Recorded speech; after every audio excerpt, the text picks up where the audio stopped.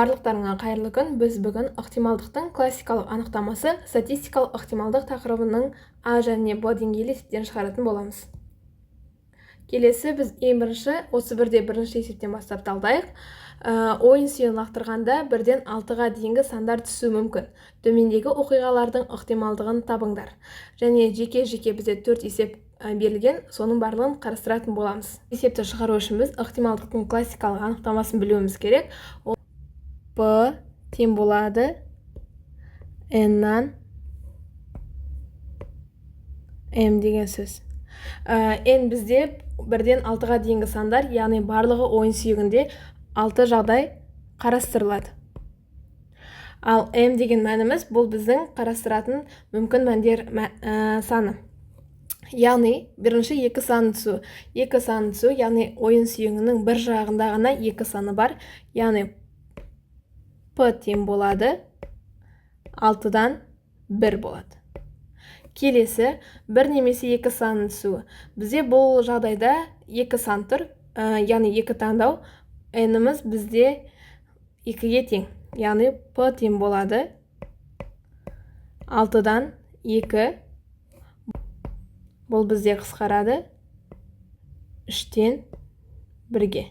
Яғни 1 немесе 2 санының түсуінің ықтималдығы 3-тен 1-ге тең. Тура сол сияқты үшінші жағдай 4 немесе 6 санының түсуі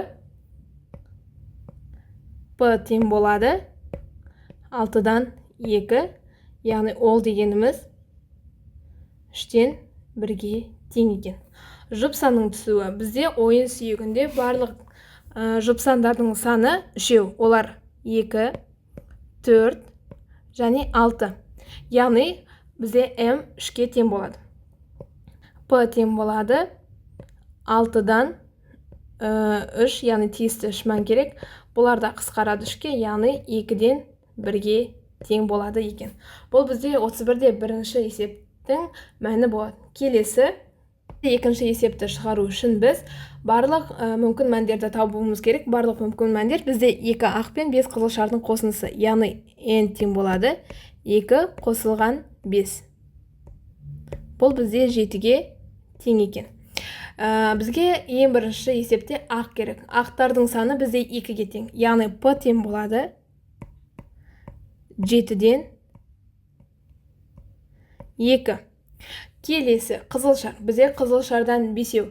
Яғни P тең болады 7-ден 5. Келесі үшінші жасыл болу ықтималдығын табыңдар. Бізде біз байқап тұрғанымыздай жасыл шар жоқ, бізге берілгені ақ және қызыл шарлар. Яғни үшіншісі жасыл болу ықтималдығы P тең болады 7-ден 0, яғни 0-ге тең. Бізде жасыл болу ықтималдығы 0-ге тең. Егер есеп түсінікті болса, келесі біз 31-де 2-нің А есебін қарастырайық. Қорапшада 4 қызыл және 7 көк шар бар. Қорапшадан кездейсоқ алынған бір шардың қызыл, ақ емес, көк болу ықтималдығын табу керек. Тура осының алдына есеп сияқты бірінші қызыл болуының ықтималдығын табайық. Ең бірінші барлық мүмкін мәндерімізді табайық. Ол бізде n тең болады 4 қосылған 7. Бұл бізде 11-ге тең. Қызыл болуының ықтималдығы, яғни P тең болады. Барлық мәндеріміз бізде 11. Қызыл саны бізде 4-ге тең екен. Яғни 11-ден 4 болып қалады. Келесі екіншісінде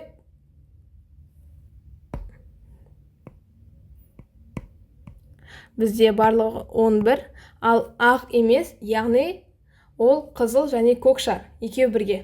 Сонда 11-ден 11 болады екен. Бұл бізде 1-ге тең. Яғни ақ емес шардың шығу ықтималдығы бізде 1-ге тең. Келесі P тең болады 11-ден.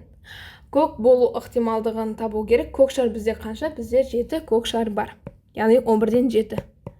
Есебіміздің жауаптары 11-ден 4, 1 және 11-ден 7-ге тең. Келесі 31-де үшінші есепті қарастырайық. Тәжірибе. Ойын сүйегі лақтырылды. А, Б, С оқиғаларын қарастырайық. Ойын сүйегінің жоғарғы жағындағы сан 12-ге тең. Ойын сүйегінің жоғарғы жағындағы сан 2-ге тең. Ойын сүйегінің жоғарғы жағындағы сан 2-ге бөлінеді. Төмендегі теңдіктердің қайсы дұрыс? Жауаптарыңды түсіндіріңдер. Яғни бұл төменде берілген бізде уже дайын жауаптар. Егер бізде сәйкес жауаптар болса, біз бұларды теңестіретін боламыз.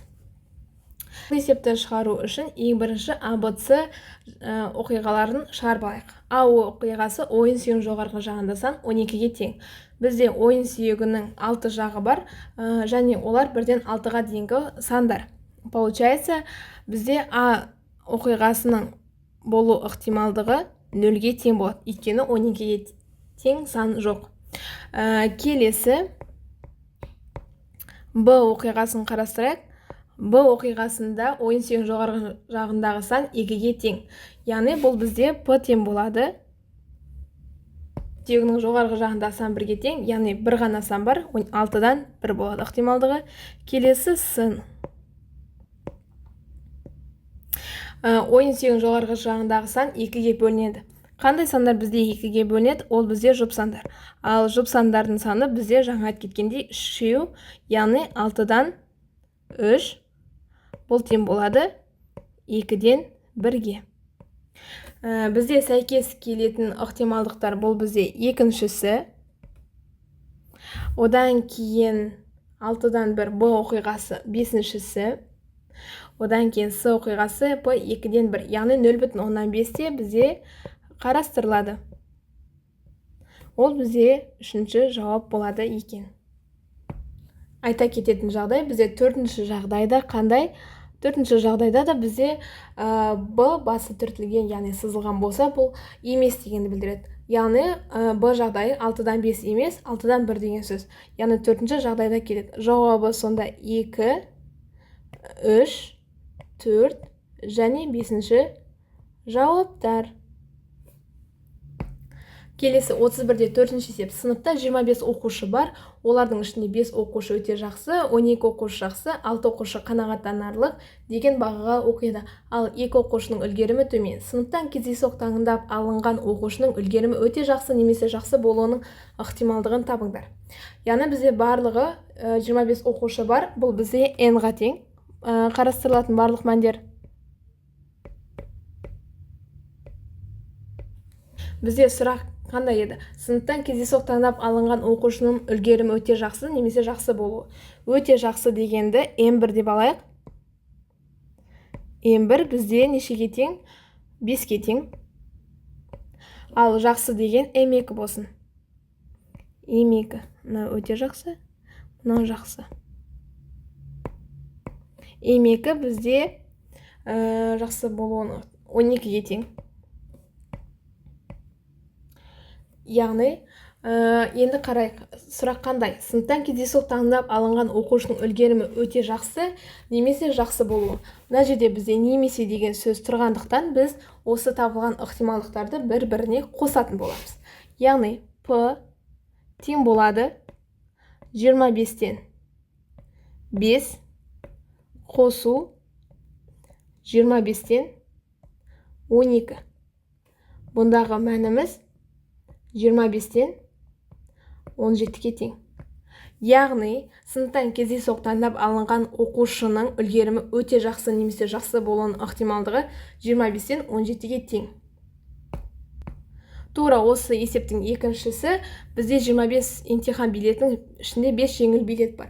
2 оқушы кезекпен 1 билетті алады. Бірінші оқушының жеңіл билетті таңдап алуының ықтималдығын табу керек. Тура жаңағыдай бізде барлық жағдайымыз нешеге тең? 25-ке тең. 5 жеңіл билет бар. 2 оқушы кезекпен 1 билетті алады. Бірінші оқушының жеңіл билетті алуының ықтималдығы. Яғни бізде m тең болады 5-ке. Жеңіл билетті табуының ықтималдығы P тең болады 25-тен 5. Бұл қысқарту арқылы 5-тен 1-ге тең. Келесі 31-де 5-ші есеп. Ойын сүйегі лақтырылды. 3 немесе 5 санның түсуі, 6 немесе 5 санның түсуі, 7 санның түсуінің ықтималдығын табу керек екен. Бірінші бізде барлығы білеміз n тең болады 6-ға. Бірінші жағдайды қарастырайық. 3 немесе 5 санының түсуі немесе деген сөз тұрғандықтан біз не істейміз? Екі ықтималдықты бір-біріне қосатын боламыз. Яғни P тең болады 6-дан 1 қосу 6-дан 1 тең болады 6-дан 2, бұл қысқаратты 3-тен 1-ге тең болады. Тура сол сияқты екінші есепте де сол мәнге ие болады. Неге? Өйткені екеуінде кездесу мәні ықтималдығы бірдей. Яғни 6 саны тек қана біреу, және 5 санында тек қана бір рет қана бар ойын сүйегінде. Екеуін бір-біріне қосқан кезде 6-дан 2 бұл қысқарып 3-тен 1-ге тең болады. Үшінші ақырғы жағдай 7 санының түсуінің ықтималдығын табыңдар. Ойын сүйегінде айтып кеткен 6 жағы ғана бар, ал 7 деген жоқ. Яғни бұл 0. 6-дан 0 бұл тең болады, 0-ге тең болады. Ойын сүйегі лақтырылды. Түскен сандардың көбейтіндісінің мәні 5 санына тең